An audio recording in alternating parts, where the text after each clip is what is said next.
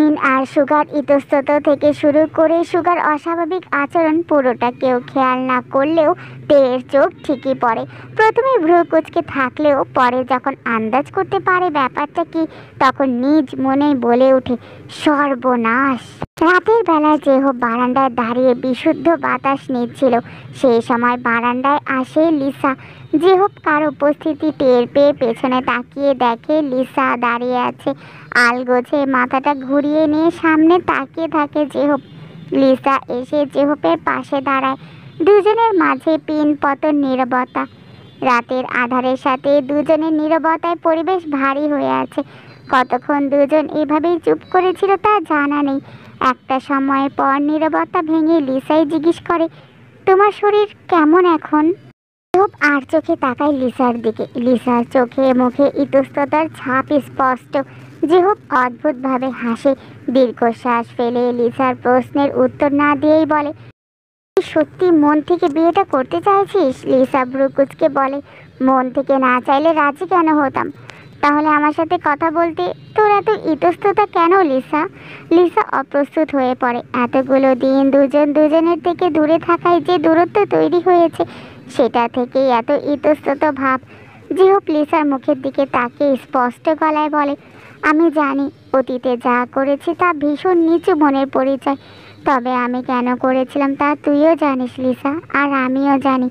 আমি আমার অন্যায়ের জন্য তোর কাছে ক্ষমাও চেয়েছি আর শাস্তিও পেয়েছি। তবে তোর প্রতি ভালোবাসা আমার বিন্দু মাত্র কমেনি কখনো। আগেও তোকে ভীষণ ভালোবেসেছি, এখনও বাসি আর ভবিষ্যতেও বাসবো। যত কিছুই হয়েছে তুই ভুলে গিয়ে আমাদের মাঝের দূরত্বটুকু মিটিয়ে সম্পূর্ণ আমার হতে পারিস না লিসা। আমি জানি তুইও ভীষণ ভালোবাসিস আমায়, কিন্তু আমাদের মাঝের এই দ্বিধার দেয়াল ভেঙে তুই কি আমার হতে পারিস না লিসা? লিসা ফ্যাল ফ্যাল করে কিছুক্ষণ তাকিয়ে থাকে জেহবের দিকে। জেহব উৎসুক দৃষ্টিতে তাকিয়ে আছে। মন উত্তর জানলেও ভীষণভাবে আগ্রহ হচ্ছে লিসার মুখে কথাটা শোনার। কিন্তু লিসা একটা শব্দও করলো না। নিঃশব্দে জাপটে ধরল জেহবকে। জেহবের বুকে মাথা রেখে চোখ বন্ধ করে শক্ত করে জড়িয়ে ধরে থাকে। জেহব বাকরুদ্ধ, হতভম্ব। চাওয়ার থেকেও বেশি কিছু পেয়ে গিয়ে কি বলবে তার বুঝে ওঠে না। শুধু বাকরুদ্ধ হয়ে নিষ্পলক দূরে তাকিয়ে থাকে।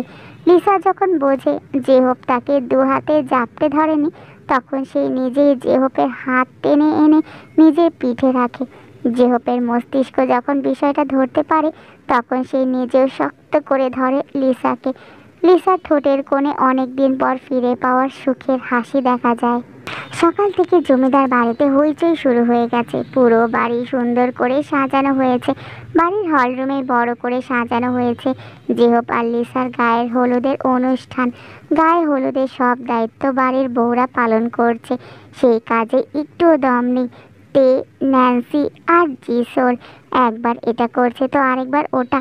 জিমিন সকাল থেকেই নিজের মতো ছুটে বেড়াচ্ছে আর বাচ্চাদের জ্বালাচ্ছে। কতবার কত মহিলা এসে জিনের কাছে ভয়ে ভয়ে বলে গেল, জমিদার গিন্নি, আপনার মেয়েটা আমার ছোট মেয়েকে শুধু শুধু কান্না করাচ্ছে। এর ছেলেকে তো ওর মেয়েকে কান্না করাবেই। রেগে জিন একবার জিমিনকে বকাও দিয়ে গেছে, তবুও জিমিনের কোনো হেলদোল নেই। মূলত এই বিয়েতে সেই সবচেয়ে বেশি খুশি। জিমিনের আজাইরা কাজগুলো সুগা, জ্যাকসন দুজনেই দেখে। সুগা দেখবো না করেও না দেখে থাকতে পারছে না।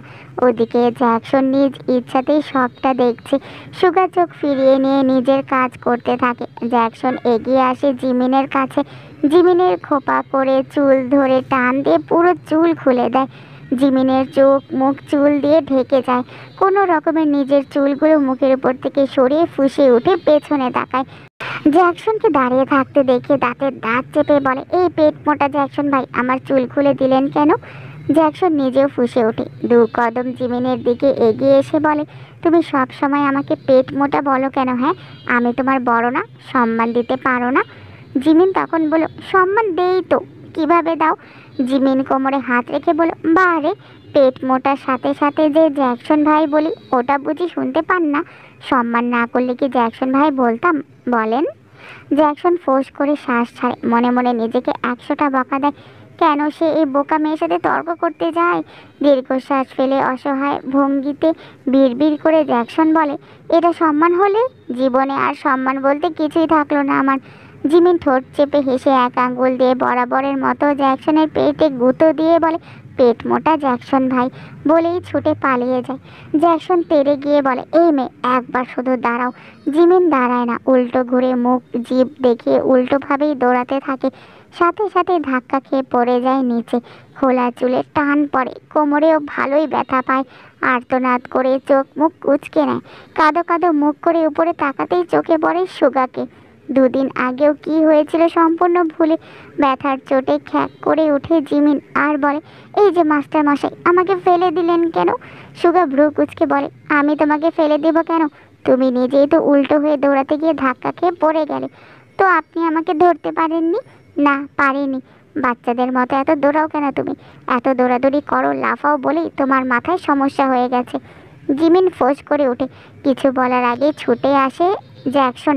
জিমিনকে নিচ থেকে তুলতে তুলতে ব্যস্ত গলায় বলে, আরে পড়ে গেলে কেমন করে? এভাবে কেউ দৌড়ায়? অনেক ব্যথা পেয়েছো, আগে ওঠো। জিমিন কাঁদো কাঁদো মুখ নিয়ে জ্যাকসনের সাহায্যেই বসা থেকে উঠে। এর মাঝেই জেহোপও ছুটে আসে। জিমিনকে আগলে নিয়ে বলে, কি হয়েছে বনু? পড়ে গেছিস? ব্যথা পেয়েছিস অনেক? জিমিন দুপাশে মাথা নাড়ায়, সন্তুষ্ট চিত্তে হাসে। ভাইদের এই ভালোবাসা দেখলেই তার আর পৃথিবীর অন্য কিছু মাথায় থাকে না। মেজো ভাইজান তাকে যতটা অপছন্দ করে, দূর দূর করে, তার থেকেও কয়েক গুণ বেশি ভালোবাসে এই বড় ভাইজান আর তার ছোট ভাইজান। এই ভালোবাসা দেখলেই শান্তি শান্তি লাগে। মনে হয় আর কি চাই জীবনে। যে হোক জিমিনের দুগালে হাত রেখে শান্ত গলায় বলে, এত লাফালাফি করিস কেন বনু? আর এমন করবি না। চুপচাপ ঘরে যা, নয়তো তোর লিসা আপুর কাছে যা। জিমিন মাথা নাড়ায়। বাহির থেকে জেহোপের ডাক পড়ে।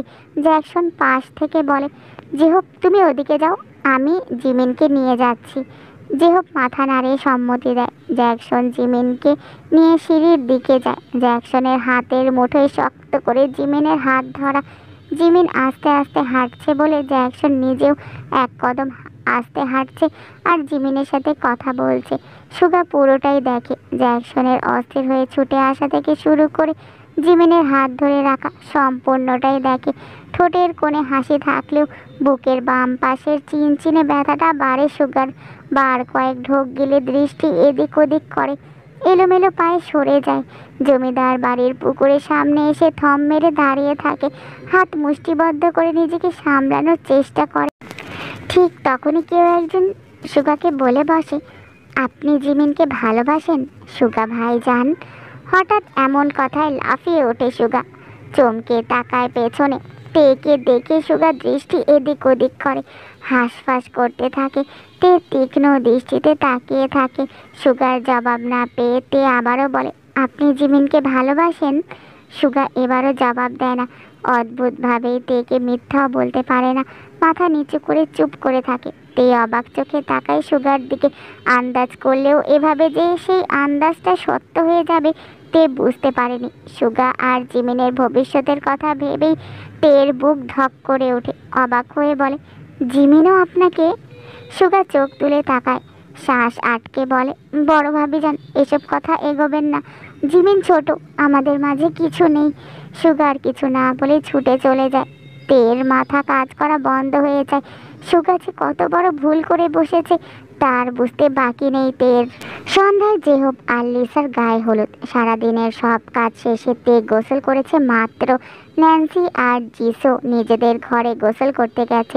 তে কোনো রকমের গোসল করে এসে বাসন্তী রঙের শাড়ি পরে। এর মাঝে কয়েকবার এসে জিমিন ডেকে যায়। তে যত দ্রুত সম্ভব তৈরি হয়ে ঘর থেকে বের হয়। চুল খোলাই আছে। দ্রুত আগে লিসার ঘরে যায়। লিসা তখন শুধু শাড়ি পরে বসে আছে। তে কোমরে শাড়ি গুজে ব্যস্ত গলায় বলে, লিসা আপু জলদি আসেন, আগে সাজিয়ে দেই। জিমিন হাঁ করে তাকিয়ে থাকে তের দিকে। অবাক কণ্ঠে বলে, বড় ভাবিজান আপনাকে অনেক সুন্দর লাগছে। তে হতাশার শ্বাস নিয়ে বলে, আমাকে তোমার যেদিন অসুন্দর লাগবে এখন থেকে ওই দিন এসব কথা বলবে কেমন? জিমিন 32টা দাঁত বের করে হাসে। লিসা নিজেও হেসে বলে, আপনাকে কখনো অসুন্দর লাগে না ভাবিজান? তে হাসে।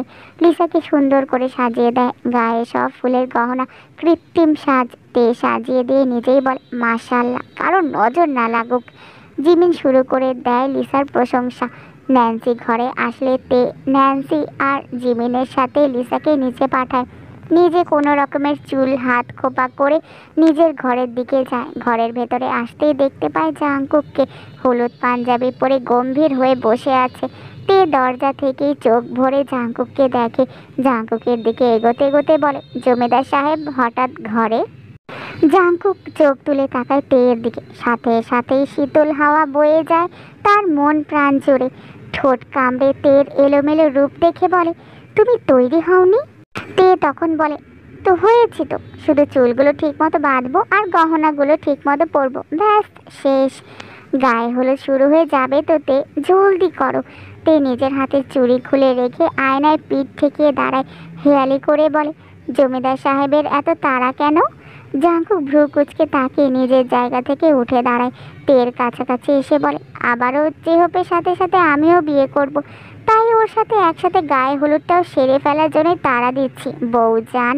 তে দু হাতে জাঙ্কুকে ধাক্কা দিয়ে সরিয়ে দিয়ে হাসে। চুলগুলো খোপা করে বেঁধে নিয়ে চুলে বেলি ফুলের মালা গুঁজে নেয়। সব গহনা পরে সুন্দর করে শাড়ির আঁচল মাথায় টেনে নেয়। জাঙ্কুক চোখ ফিরিয়ে নিয়ে উল্টো ঘুরে বের হতে হতে বলে, ভয়ঙ্কর সুন্দর। তে হুট করে জাঙ্কুকে চলে যাওয়া দেখে কিছুই বুঝে ওঠে না। ভ্রু কুচকে কিছুক্ষণ তাকিয়ে থেকে মুচকি হাসে। আয়নায় নিজের প্রতিবিম্বের দিকে তাকায়। একদম জমিদার গিন্নি লাগছে তাকে।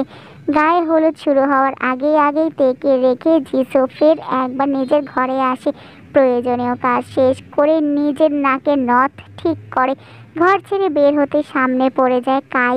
জিসো দু কদম পিছিয়ে যায়। কাই বাঁকা হেসে বলে, বাহ ছোট বউ, তোমাকে তো বেশ সুন্দর লাগছে। জিসো আতঙ্কে দৃষ্টি এদিক ওদিক করতে থাকে। কাই এগিয়ে এসে একদম কাছ ঘেঁষে দাঁড়ায় জিসোর গালে স্লাইড করতে করতে বলে, আমার থেকে দূরে দূরে থাকো কেন ছোট বউ? তোমাকে তো। এতটুকু বলতেই জিসো হাতের নিচ থেকে দৌড় দেয়। কাই জিসোর যাওয়ার দিকে তাকিয়ে হেসে বলে, আর কটা দিন সবাই শান্তিতে বাঁচো, তারপর তো রাতের ঘুমও উড়ে যাবে। আর শান্তিতে বাঁচার কথা, সেটা তো অনেক দূর।